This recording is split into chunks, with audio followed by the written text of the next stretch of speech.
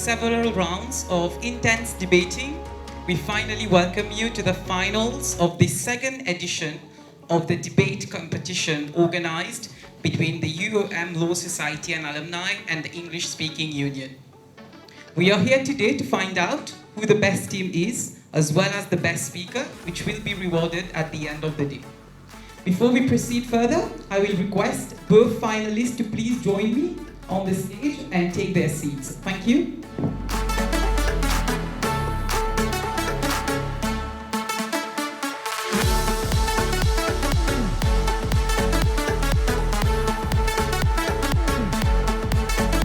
I will pass the mic to each of the speakers to introduce themselves before we launch into the lucky draw for the questions. Good afternoon, everyone. My name is Adila Naziban, and I'm the main speaker for the team Beyond Reasonable Doubt.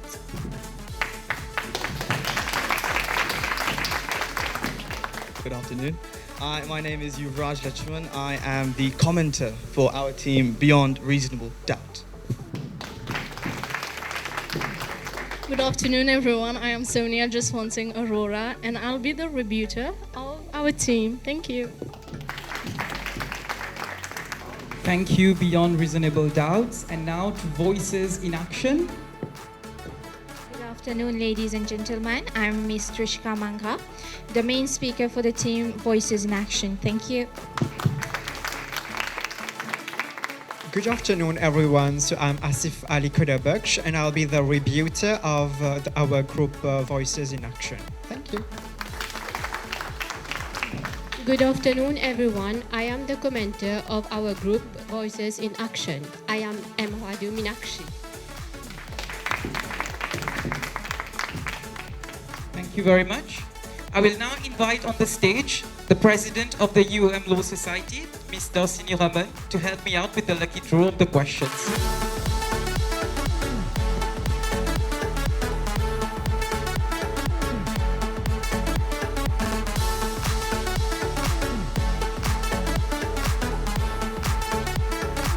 And the question is: Assisted suicide should be legalized for terminally ill patients.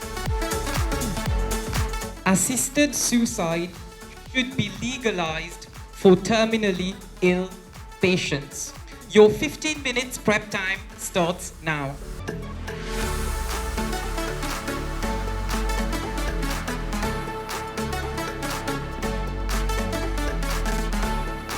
And now for the for and against, to decide which team will be going for and which team will be going against. May I have a member of the team please join me?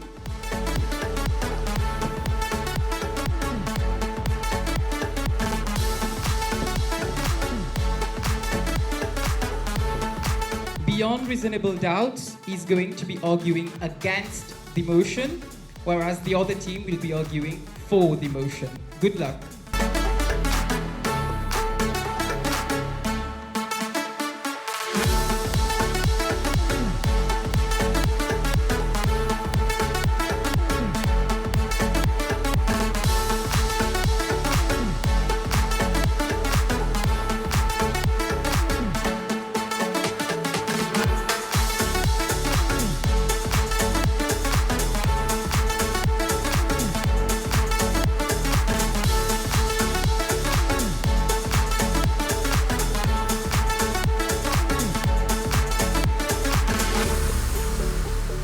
Your time is up. We will start by hearing arguments from Voices in Action proposition. Good morning, ladies and gentlemen, respected members of the jury, and dear audiences. Today we will tackle the debate about whether assisted suicide should be legalized for terminally ill patients. So let's dive deeply into the debate at hand, okay? Assisted suicide, also referred as voluntary euthanasia, allows for deliberate ending of a person's life to relieve intractable suffering, in most cases terminal illnesses. One of the strong yet remarkable arguments is the concept of autonomy and free choice. Individuals should have the right to choose how and when they want to die, more specifically in cases of unbearable pain. One example can be the Netherlands, where euthanasia have been legalized since 2002. A striking case of Potvin, a Dutch teenager who chose euthanasia in 2019, my apologies, after severe psychological distress due to sexual assault. One can only imagine what the teenager went through during that time. The choice of Potvin highlights the complexity as well as the importance of consent and length that individuals may go to escape unbearable sufferings. Similar to countries like Belgium and Luxembourg, allowing the practice under strict regulation, assisted suicide is one of the common practices over there. For example, in 2016, my apologies, a 74-year-old woman in the Netherlands with advanced dementia signed a written request for euthanasia. This shows the concept of free will, the concept of consent, and also autonomy. There is also the Article of 19 under the Universal Declaration of Human Rights about freedom of expression. One cannot ignore the article freedom of expression once again, ladies and gentlemen, whereby individuals have the opportunity to choose for themselves. As such, assisted suicide should not always be viewed under negative lenses. Let's try to put ourselves in the shoe of a terminally ill patient, someone suffering from last stage of cancer. Undergoing treatments continuously can be draining. One can always respect their choice, and in this case, we have doctors that are trained that can respect the choice of patients that decide to choose for assisted suicide. Freedom of expression is not just a right, but it is also the responsibility to respect this universal declaration. As such, critics have fervently put forward that assisted suicide should be legalized for terminally ill patients.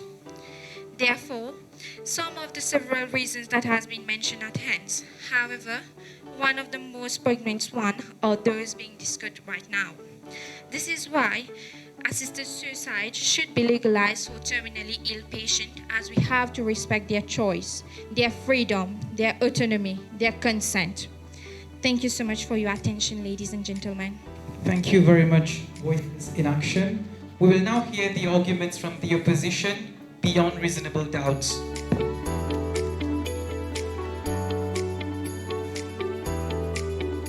Esteemed judges, respected members of the opposing team, ladies and gentlemen, we are here today standing firmly on the side of the opposition. This debate addresses not merely the rationale behind why assisted suicide should be condemned, but also the implications that stem from it. Our position rests on the fundamental principle that assisted suicide should not be legalized. Assisted suicide, also known as euthanasia or mercy killing, means removing terminally ill patients from artificial life support systems or simply stopping providing them with further treatment. To begin with, assisted suicide should be denounced because of several religious beliefs not supporting this fact. Religion is a long-standing key tenet of the principles of life. Many religions rebuke the concept of euthanasia. The Roman Catholic Church, for example, is one of the most active organizations in opposing euthanasia. It is also rejected in traditional Christian belief, chiefly because it is thought to contravene the prohibition of murder in the Ten Commandments. The fifth commandment, which dictates you shall not kill. Besides, according to the Quranic verses, no soul may die except with God's permission at a predestined time. The Islamic Organization for Medical Sciences 1981 Islamic Code of Medical Ethics stated that human life is sacred and should not be willfully taken. A doctor shall not take away life even when motivated by mercy, which reiterates the point that assisted suicide does not have its raison d'être. In addition, it violates the Hippocratic Oath. The Hippocratic Oath refers to the set of ethical laws that doctors have to uphold. Doctors have the moral obligation to treat patients to their best ability. Doctors actually learn how to cure patients and not to kill them via lethal injection or other methods of ending their life. Pope John II wrote that it is suffering more than anything else which clears the way for grace, which transforms human souls. Even though proponents might argue that they have a right to die with dignity, it still violates the Hippocratic Oath or equivalently their dedicated role as healers. Furthermore, I would like to pointedly lay emphasis on the fact that we have reached an era where these are state-of-the-art, where there are medical breakthroughs and state-of-the-art technology. Miracles can happen. Terminally ill patients can recover miraculously. Euthanasia is not a panacea to the sufferings of those terminally ill. Besides, we should have hope. As Nelson Mandela rightly stated, remember that hope is a powerful weapon even when all is lost. In this debate, we have shown you why our stance is not only clear and fair, but also necessary. Thank you.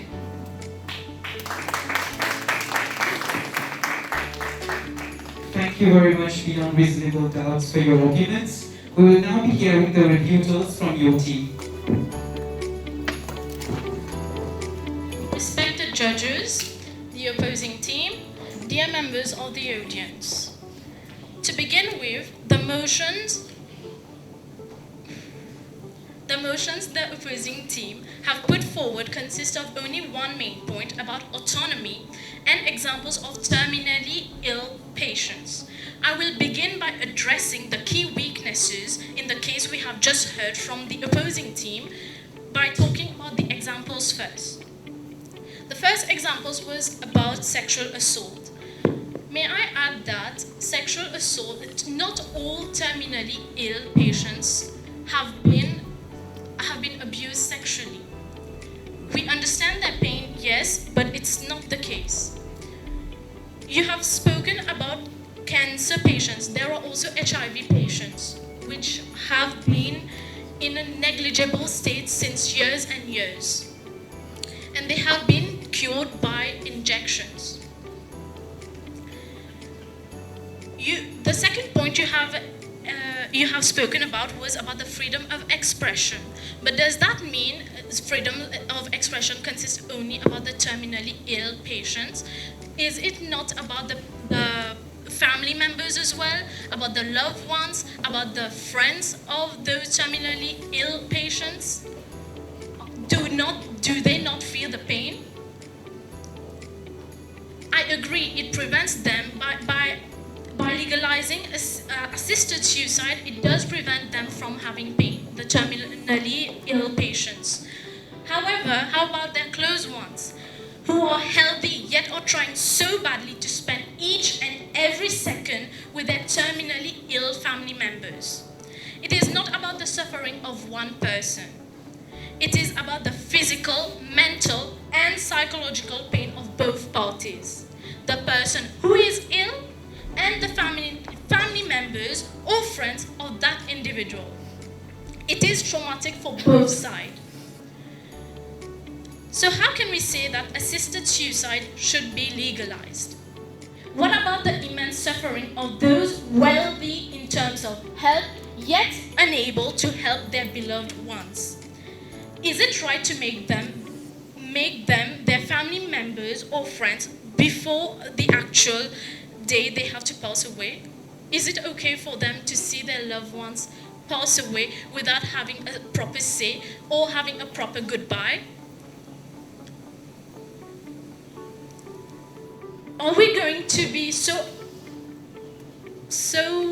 critical and so cruel when it comes to human life that we do not understand that each and every human life is valued, no matter if you're real or not? Each life matters in life, not only those terminally ill. Their family members count, their friends count, we all count. So by legalizing assisted suicide, we push them further in a hole of melancholy and misery. Instead of making their last moments on earth with us, with their precious ones, with their friends, we are trying to dim their lights. Their last light of hope as a human, how is that fair? How is that human on our part? Where is the empathy? Or is it that empathy is bought nowadays? Thank you.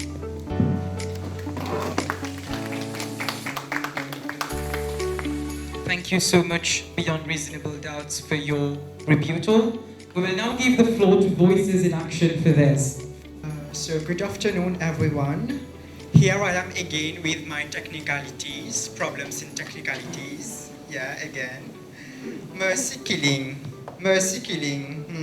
Killing, the very word killing, pessimistic connotation again. I wouldn't call it killing. Maybe euthanasia as the other party said, but not killing as such. And about religion, there are many instances of leniency nowadays. For instance, concerning LGBTQ plus issues, or even concerning abortion. And what about euthanasia? It's becoming lenient even within the stream of the sphere of religion. And we live in a democracy as well. We should not forget, yes, you've got the right to practice your religion, but as I am in a democracy, I should have the practice, I should have the freedom of practice, to practice euthanasia at my own will, if my consent is given, of course. The other party also mentioned about killing, categorizing, caricaturing euthanasia as murder. But for murder to take place, there should be the intent first, in legal terms. The intent of killing, for it to be considered as murder, it is not murder. I precise, it is not murder. About the Hippocratic Oath, well, we've got the right to choose, we've got the consent, maybe even if the patient is not under comatose state, the consent is given, so it is valid. And also, there is negotiations between family members about consent, so we should still take that into consideration, ladies and gentlemen. The opposing team mentioned about Q, but there's no Q. I don't know about any Q, neither do the doctors, because it concerns terminally ill patients. Terminally ill patients. For example, HIV. And about the legislation itself, just because we are making it legal doesn't make it mandatory. By making it legal, we are just opening the avenue for choice. By making it legal, we are not reformulating the question into assisted suicide should be mandatory for terminally ill patients. No. Legalizing means you've got the possibility not to abide by it at your own accord. And our dear opponents categorized doctors as healers. I would categorize them as deliverers from pain, more suitably. And they also talk about the toll. I shall extrapolate upon that. The disease is eating them from the inside. From the inside. There is the terminal psychological toll of pain in terms of suffering.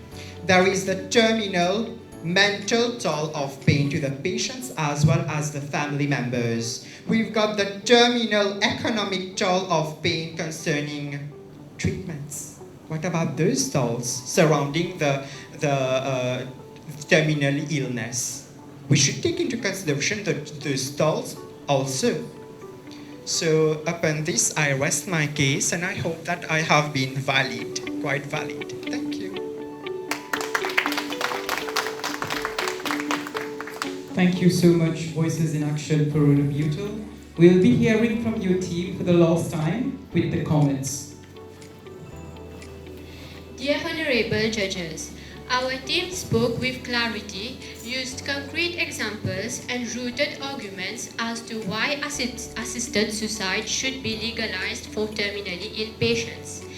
It is widely recognized that assisted suicide allows for the deliberate ending of a person's life to relieve unbearable sufferings, often in cases of terminal illnesses, and my teammates have shown through real-life evidence that the purpose of assisted suicide is not a violation of the right to life because, firstly, it requires the consent of the patient and his or her family, and secondly, the procedure has proven to be effective to eliminate intractable sufferings of that patient, especially when we know that there is no cure for their illnesses.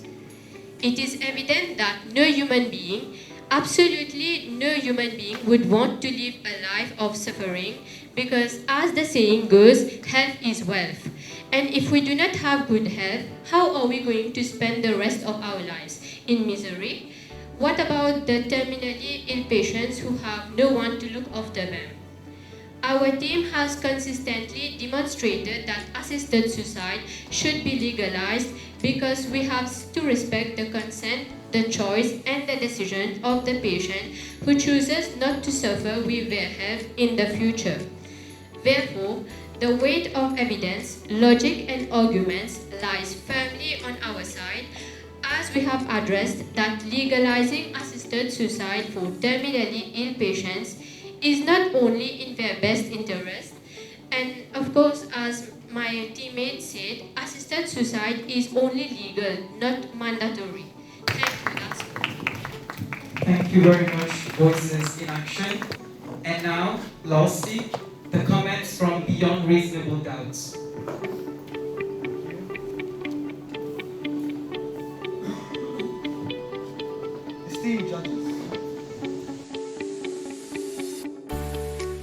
Esteemed judges, we are having quite the entertaining debate here, are we not?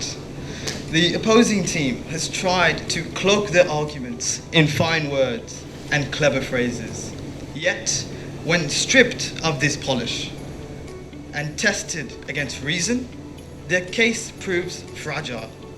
Let me begin by reiterating the proposition put forward by our main speaker.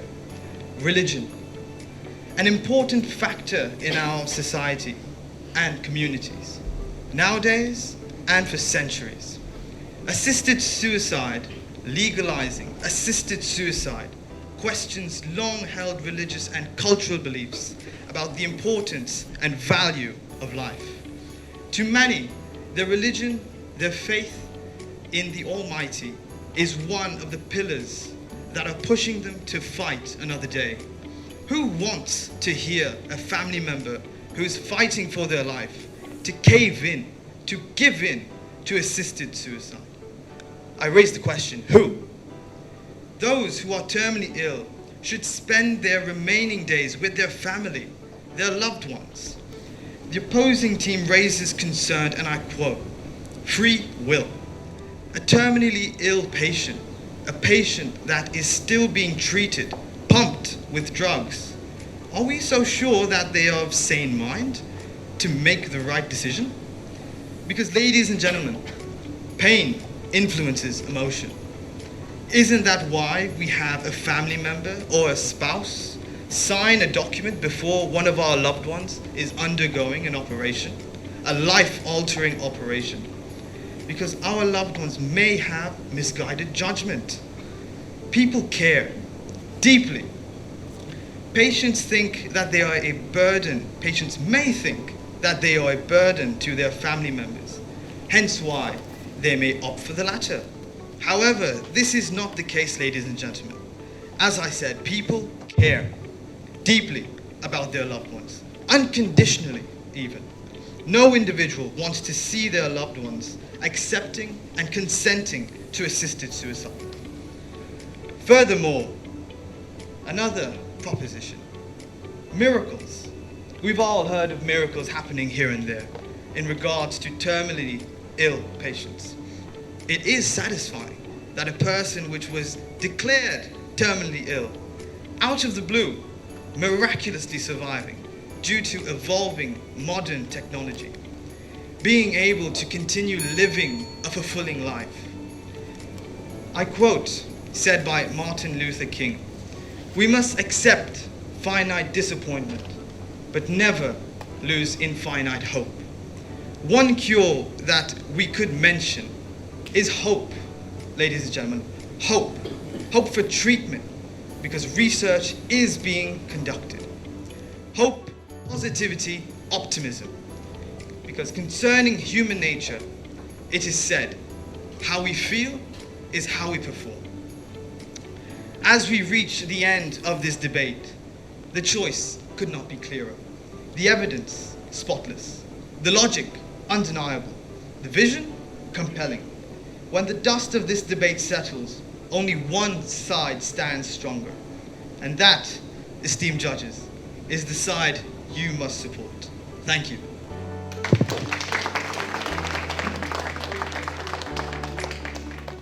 Thank you very much to both teams.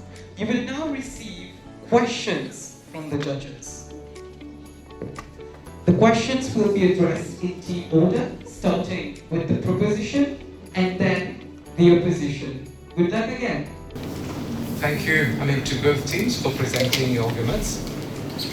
This is, of course, one of the most controversial issues ever, along with abortion, along with capital punishment, assisted suicide, or we call it euthanasia, or mercy killing. For those people who, for today's debate, are proposing a motion, do you believe that, in a country like ours, Mauritius, we are conservative, quite traditional. Do you believe that, in Mauritius, we are ready to legalize something like euthanasia? We know it's legalized in countries like the Netherlands, as you've mentioned, like Switzerland, and there we normally say that, we have, let's say, suicide tourism because we allow people around the world to go there to actually go for, let's say, a euthanasia. But do you think that in a country like Mauritius, we are ready to legalize euthanasia? Thank you. Living in a multicultural society, but also an aging one, an aging population. Actually, many elderly people do not even know what is euthanasia. They don't even know what it is. So this ignorance, not they are ignorant, no, not in that term, but because of this ignorance, how will they be able to judge what is good, what is bad? For example, a micro pavement interview, they'll get elderly people. What is euthanasia? Can you tell us? What is your opinion about that? Oh, I don't know what is euthanasia. I don't even know what it is. I don't know. So how can I make a judgment about it? But of course, now there is debates and all that, and there is an audience and published by the media, so they'll be able to know more about it, and they'll be able to formulate their own judgment about it. So that's my point of view. Thank you. We normally say that, many doctors, they do actually practice euthanasia, but it's not legal in Mauritius. If someone, for example, I'm a doctor, for example, one of my former students, extremely religious, extremely spiritual, is now a doctor, and I've just met him. He's now practicing in Scotland. And he says that, all the things that we discussed in class about euthanasia, now I realize it's true. I may be against euthanasia, but as a practicing doctor, I normally practice it on an almost regularly, I can say not a daily basis, but quite regularly. Don't you think that, there is quite a lot of hypocrisy about it?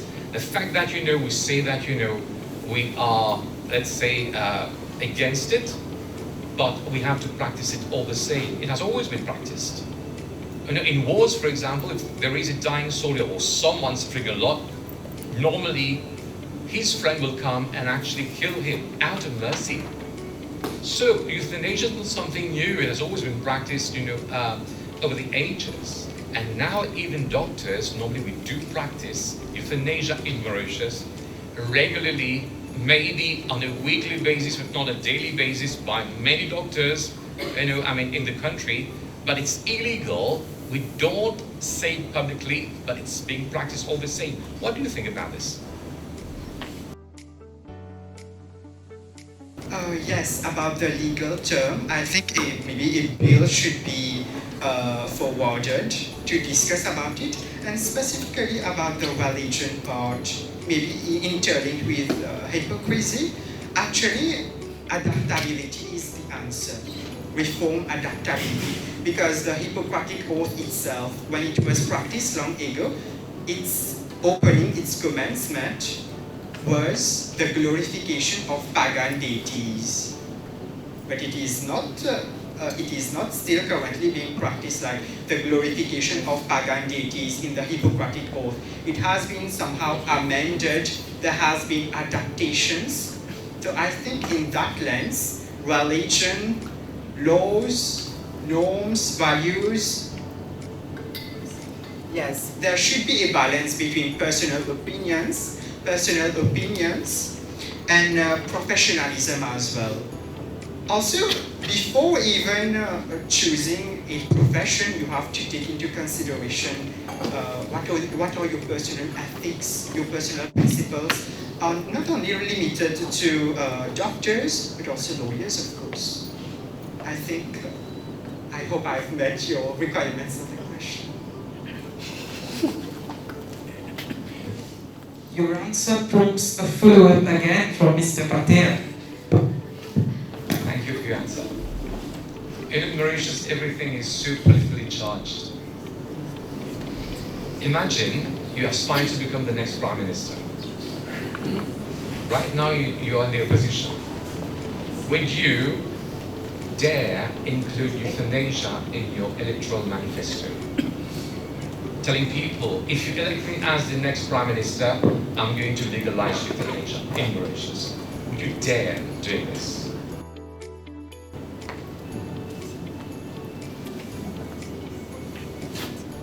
Would you dare?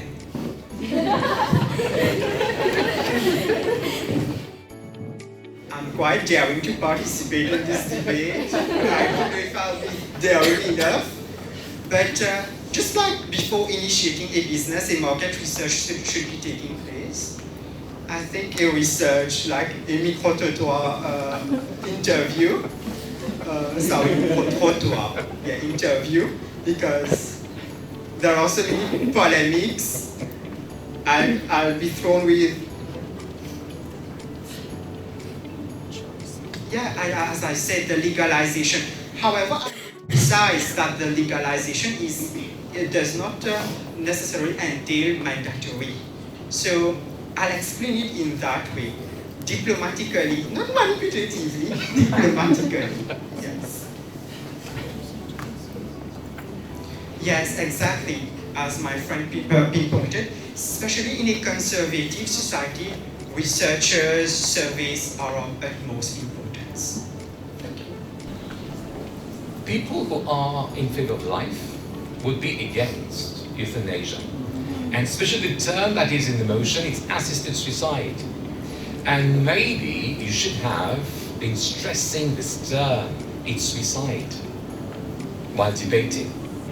Because suicide is normally, let's say, anti-life. And we humans, we are normally against any kind of something related to suicide.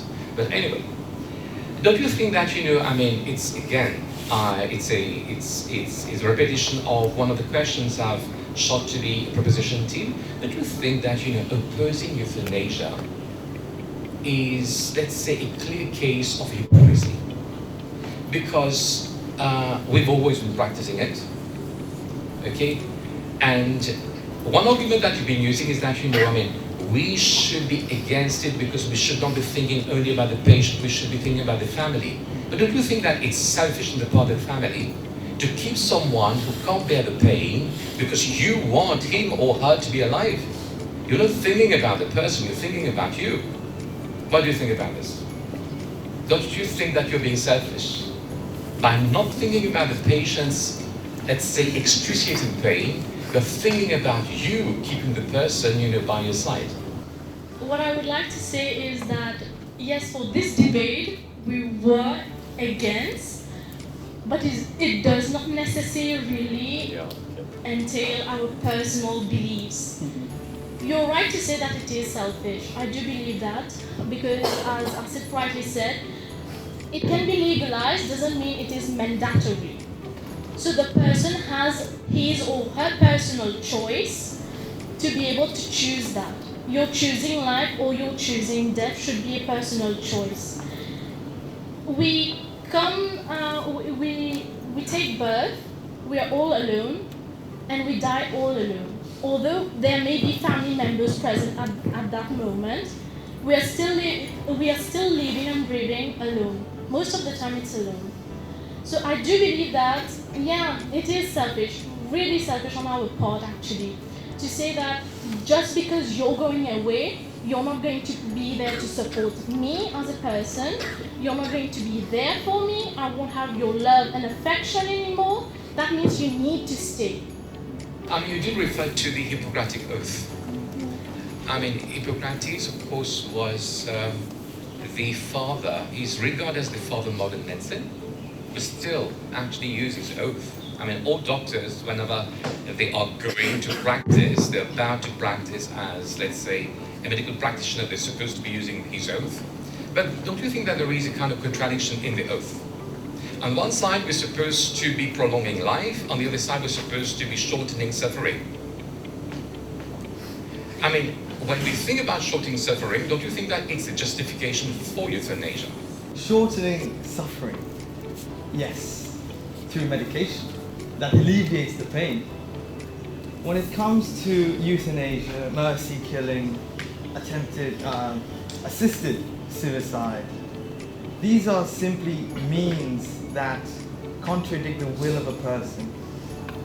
A person should be strong. They should have the mindset that they will get better. Even through hope, even through positivity, they must get better.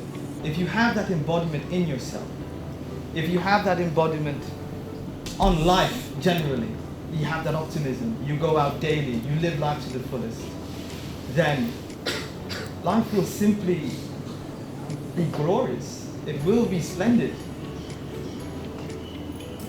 Assisted suicide, in many views, in many people's perspective, is the easy way out. As a person, everyone goes through hardships, everyone suffers, but the end goal is to survive. Survival of the fittest, survival of the best. Now we come to the idea of, let's say, the questionable nature of religion and mercy killing. Should we, many people are atheists. They don't believe in religion. Some people believe in God, but they don't believe in religion. They are theists because there are so many contradictions in religion. Religion will be telling you we are against suicide, but the same religion will be justifying the killing of other people not believing in this particular religion. Okay? So what do you think about it? Some people use religion or religious reasoning to trying to justify the case that, we should be against euthanasia. Do you think that, religion is that valid, is still relevant when we deal with issues like euthanasia today? Religion is something, of course, there are atheists in the world. There are those who believe in God but do not believe in religion. But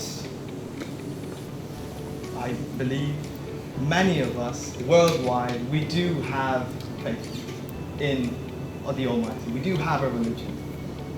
Let's briefly, it's not a statistic, let's just say 3/4 of the population of the world has a religion, believes in God, has faith in God. And this, again, is one core pillar of the way they live their lives, actually. How they do their day-to-day tasks, whether they contribute to the society, to their community, they do good in the name of God. Yes, there are those who do bad things in the name of God. There are those, yes. But majority does. Religion is not a moral compass, it's a guidance. Morality comes from within, the way you think, how you are as a person. Religion is simply something to push you further, to simply make good of what you already have. Refer to what you've just said.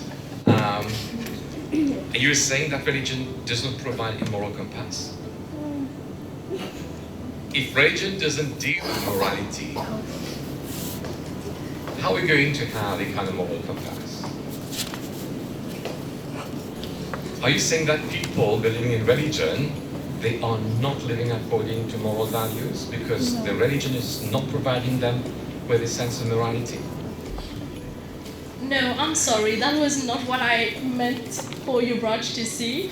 It was for my own writing. Okay, you misread. What I meant by that, religion is not the only moral compass. It shouldn't be, because what are we if there is no religion, what is guiding us towards being not a good human being, a decent human being? Because there is a difference between a good human being and a decent human being. A decent human being is when you're guided without religion, while a good human being is while you're guided by religion. It is because religion will tell you if you do this. Yes, religion is based on moral principles. You will have rule books, for example, which will tell you if you do this, you will be deemed as a good person. If you don't do this, automatically you're bad. You'll go to hell, or you won't be reincarnated. Stuff like that. But what are we as a human being without the religion part? Because you yourself mentioned atheists. So who are they without religion? Does that automatically mean they are bad? Does that mean that they are going to jail? Are they perpetrators suddenly? It doesn't quite tally with what we're trying to say here. Religion is there as a guide. It should be there to help us see better, see growth in life, or to ensure that we are, yes, growing, yes, but becoming better versions of ourselves. Yet, if there is no religion, does that mean we can't grow? We can't become a family? Does that mean I will see my friend and be, you're not my friend anymore just because you don't believe in the same God that I do? I'm a Hindu and I pray. I have so many gods to pray to. And my friend over here is Muslim. She prays to only one God. Does that mean when she comes to me, oh yeah, you pray to multiple gods? I don't believe in that. You're not my friend. No, she will never say that. So basically what I'm trying to say is that we're not necessarily guided by religion to become a decent human being. We just need to have that kind of empathy and humanity in us. Thank you. This concludes the finals of today. Can we have one big round of applause for both teams for their excellent performance? This was an excellent debate, very entertaining, might I add. But now to serious things. We will give the judges time to deliberate. In a few moments, we will be announcing the winning team rather, as well as a best speaker. It's important to know that the best speaker may not necessarily come from the winning team, but we will be having a best speaker and the winning team. I'd like to present them once again. Mr. Kevin Patel, the President of the English-Speaking Union, Dr. Rajendra Kolapu Bangari, Vice President of the English-Speaking Union, and Mrs. Sanjivni Pakiripule, the Secretary of the English-Speaking Union. There can only be one winner, although you are already winners in one way or the other. So we will announce the winner first, we'll give the prizes, and then we will announce the best speaker. The winning team is... Da-da-da. Voices in Action.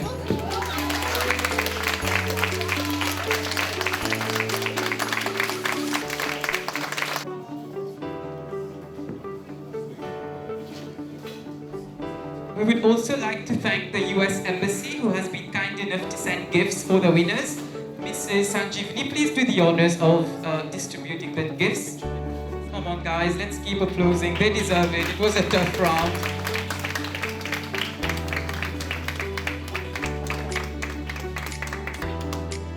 Please stay on the stage, and now we will give the presents to the runners-up who deserve equal applause. Please, runner-up.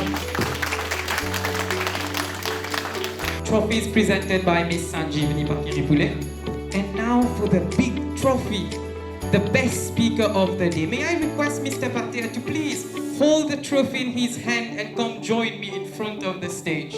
And the best speaker award for the second edition of the debate competition 2025 goes to Mr. Yuvraj Lachman.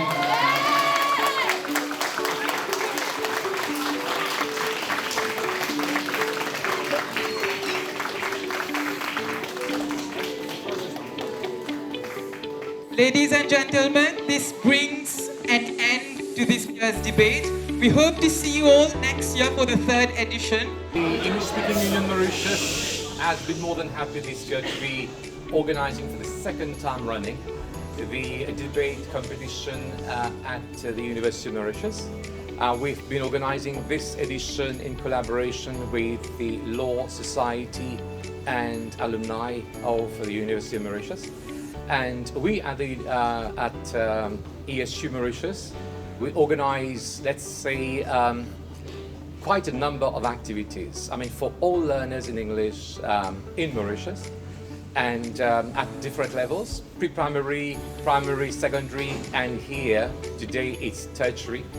And we are more than happy that we've been able to organize this competition this year again, even though there were certain complications beforehand, but we've insisted on actually having it today. So it has been, we can say, a resounding success. I mean, our aim at the level of, let's say, tertiary level, let's say, is that, we should be trying to encourage this debating culture. Okay, I mean, we are trying at the level of English-Speaking Union to do it. We are already doing it at secondary level through one of the secondary schools that we have in Mauritius. And now we are doing it here at the University of Mauritius for the second time running. But of course, we've got other ambitions. Next year, hopefully, we're going to improve on this edition. And the main thing is that, we are developing this debating culture. Why is it so important to have a debating culture among the young people in Mauritius is that, maybe we don't realize it. Debating is so important for the system that we have in Mauritius. Democracy is based on discussion.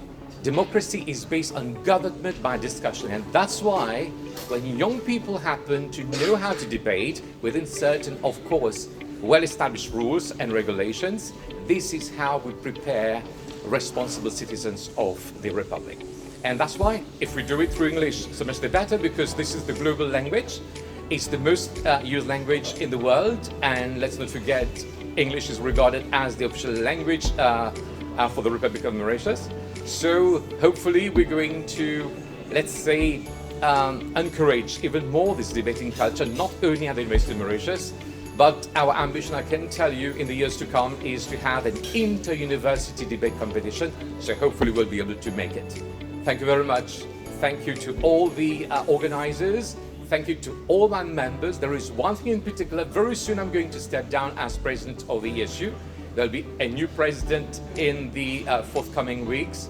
But I can tell you that, we at ESU, all members, I'm so proud to be leading such a team because all of us, we serve the cause of the promotion of the English language on a completely benevolent basis. So congratulations and thank you to all members of the ESU for all that you've been doing, for all the support that you've been lending to me as president of the ESU for the last 3 years. And this is something that, the whole of Mauritius should understand. ESU is here to work for you, to make sure that, you better master the English language, so that, eventually, because when we master the English language, we're better equipped to have much more, let's say, market contribution, not only in Mauritius, but on the global stage. Thank you very much.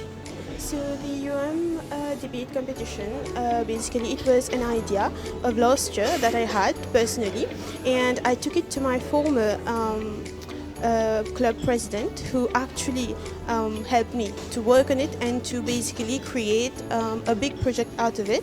And this year it is the second edition of the debate competition, and it is better, much better than last year. Concerning the preparations, we started months ago. It was a long journey where we had to prepare our participants, the training, prepare our organizers as well, prepare the questions, of course with the big help and support of the English Speaking Union.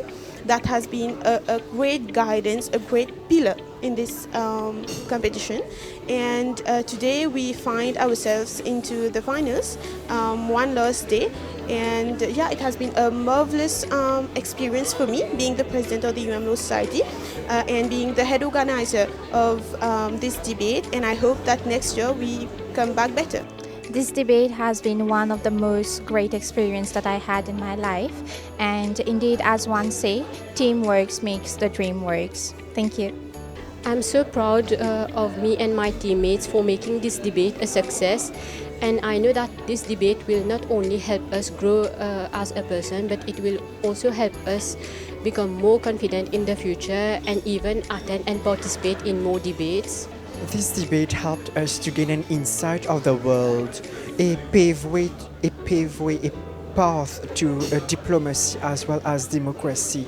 And what amazed me about this debate is not the winning or the losing side or the runners-up, but it is the component of euphemism, of diplomacy, of democracy that we engage in, and especially the healthy competition that it involved. I really love the aspect of healthy competition. It really promotes how diplomatic it was. Thank you.